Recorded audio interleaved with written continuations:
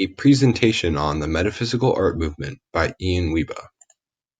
Thesis: The metaphysical art movement characterized the political atmosphere of 1910 to 1919 Italy. What is the metaphysical art movement? To start, let us define metaphysics. Metaphysics is the part of philosophy that is concerned with the basic causes and nature of things.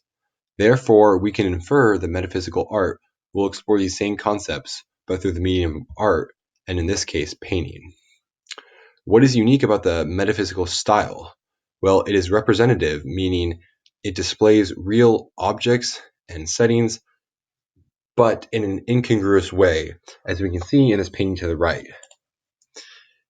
The building portrayed what looks to be through a window seems to be almost in the room, which is confusing. And this connects to our next point, which is the hidden meaning beneath objects and also the mystique of the pieces, not only in their setting, but also in their title.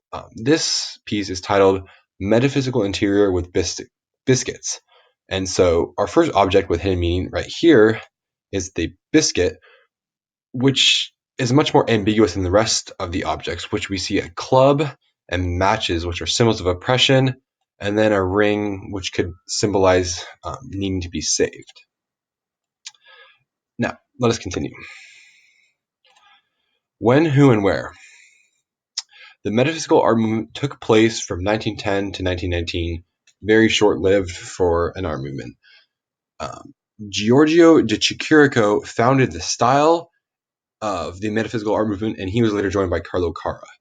The two of them coined the movement and really started it officially when they got together, although, as I previously mentioned, de Chirico had painted in the style before Carra joined him.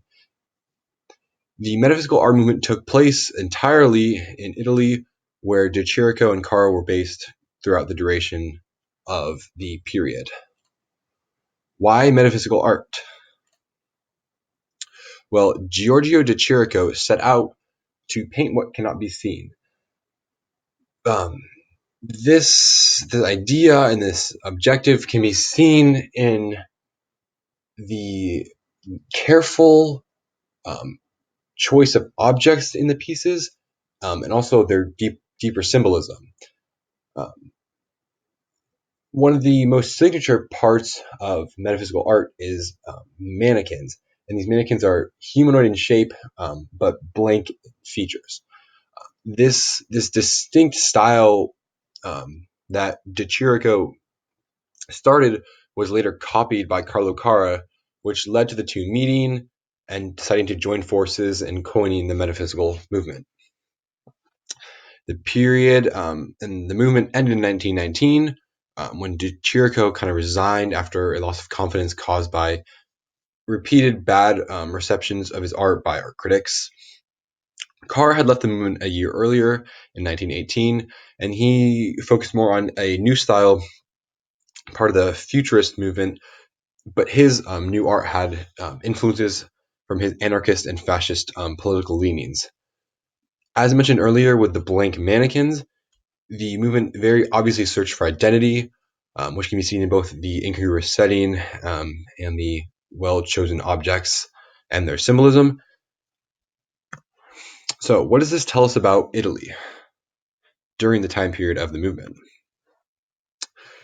So the political climate of Italy from 1883 to the start of World War II was described with a term called trasformismo.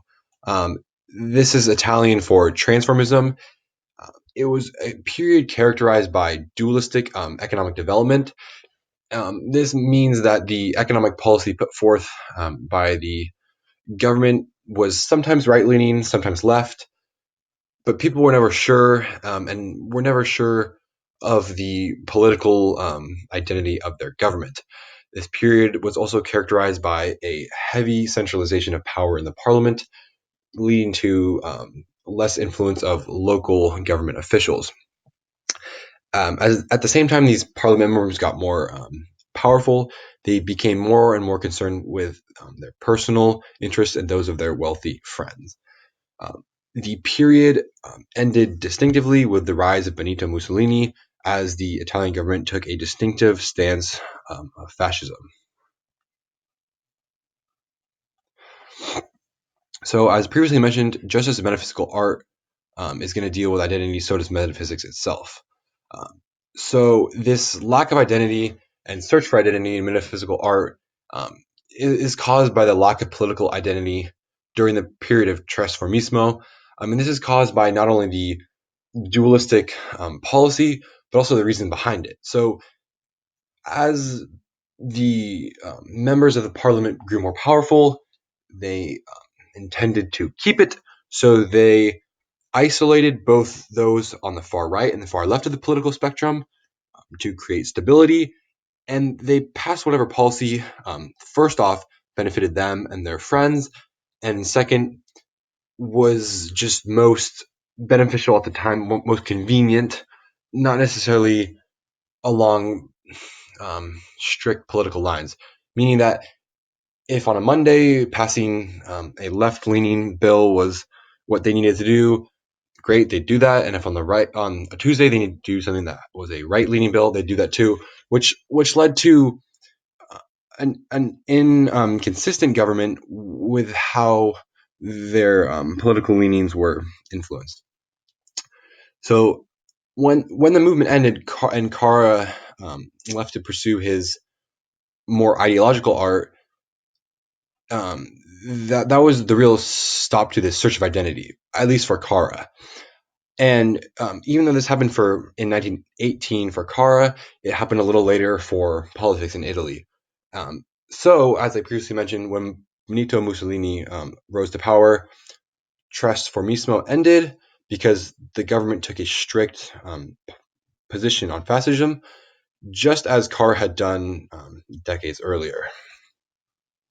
So, metaphysical art clearly tells us about the period of Trasformismo where citizens searched for political identity as their government lacked it.